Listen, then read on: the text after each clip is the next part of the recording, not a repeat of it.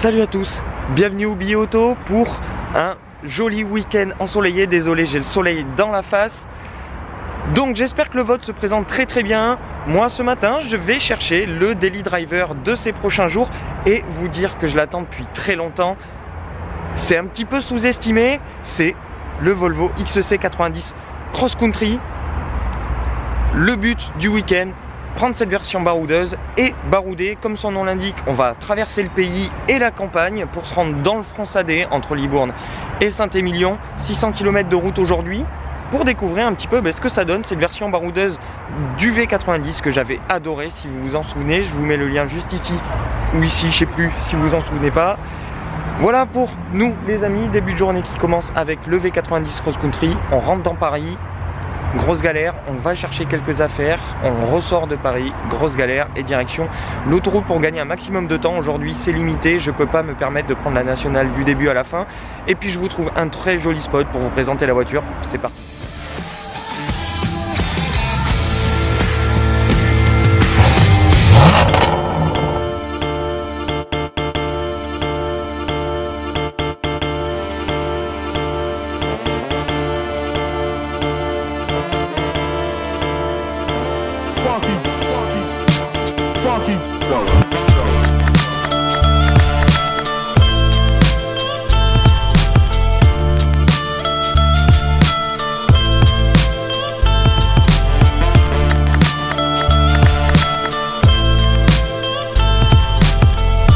Et voilà, ça bouge, encore et toujours, ça bouge.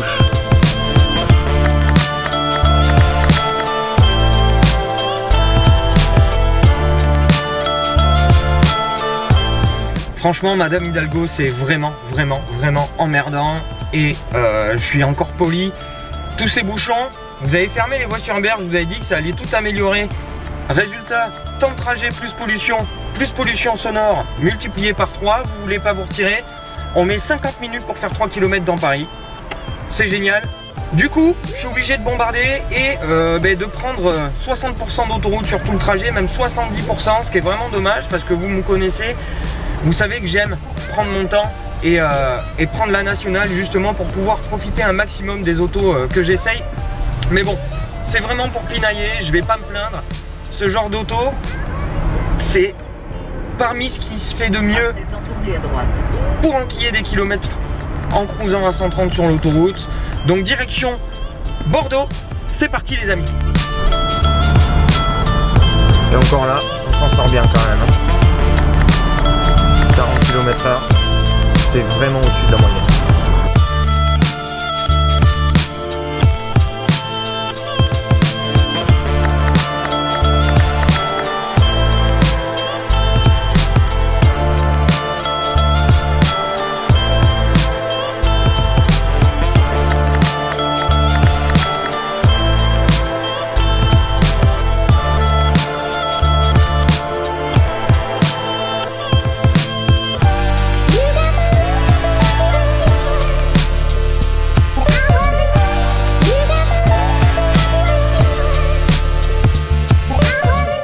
Il n'y a pas à dire, j'aime bien les stations-service du côté de Vierzon. Une ancienne Arnage et une magnifique Clio V6, elle est superbe.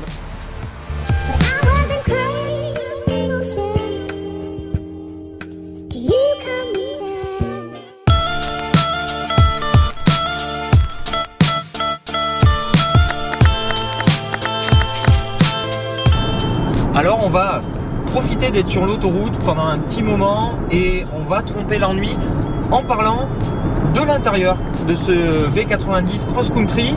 J'ai engagé le pilote assist qui va garder la voiture dans la file pour moi et gérer la distance avec les véhicules de devant.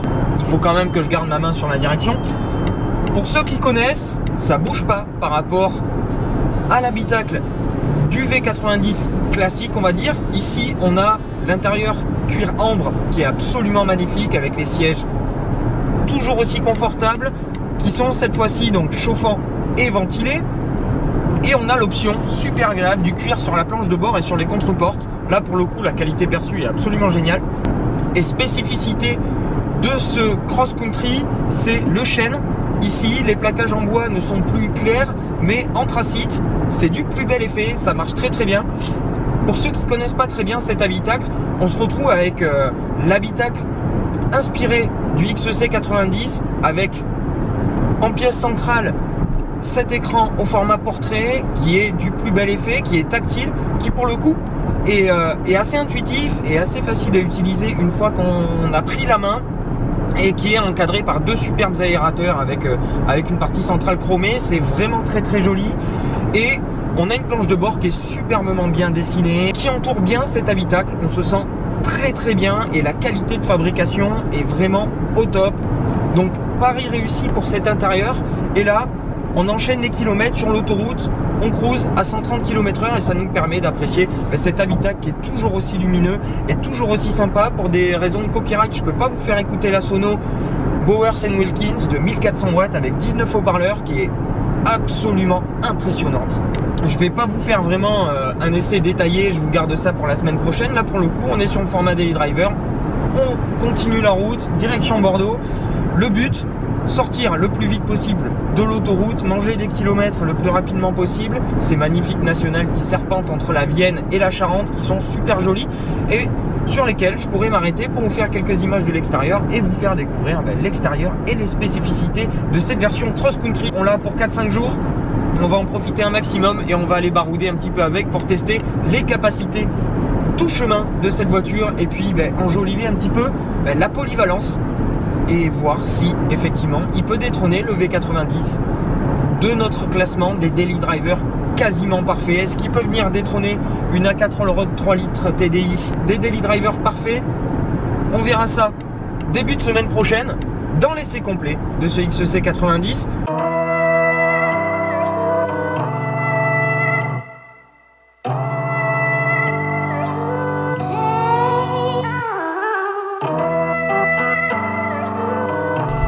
Fini l'autoroute, nous voici sur les petites routes de campagne avec le V90 Cross Country.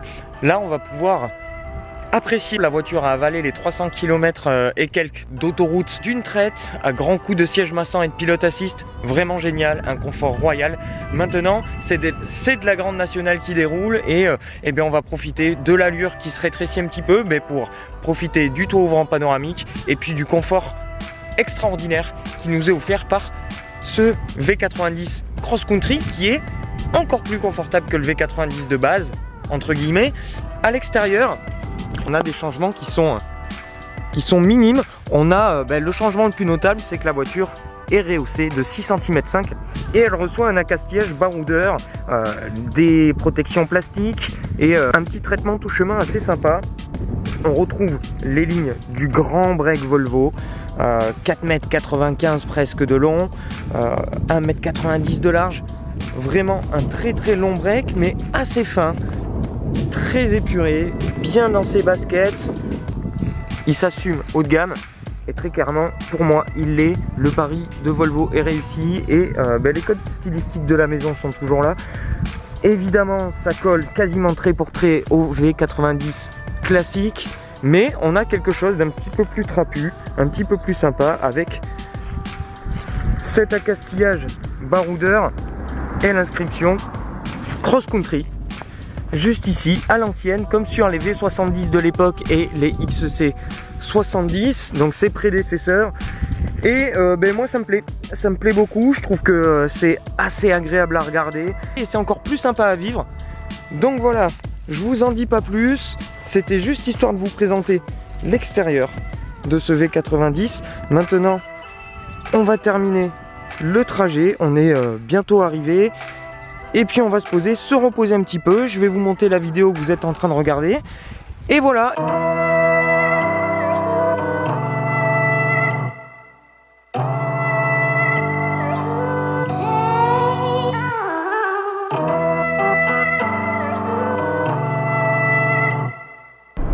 Alors désolé pour la lumière désastreuse, on est sur la fin du trajet et malheureusement le coucher de soleil ce sera pas pour la route, ce sera pour l'apéro quand je serai arrivé.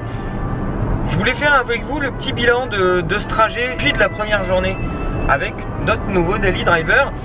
Le bilan est très très bon et en plus je viens de réaliser que je vous avais pas du tout parlé de la motorisation. Ce V90 Cross Country, on l'a choisi en D5.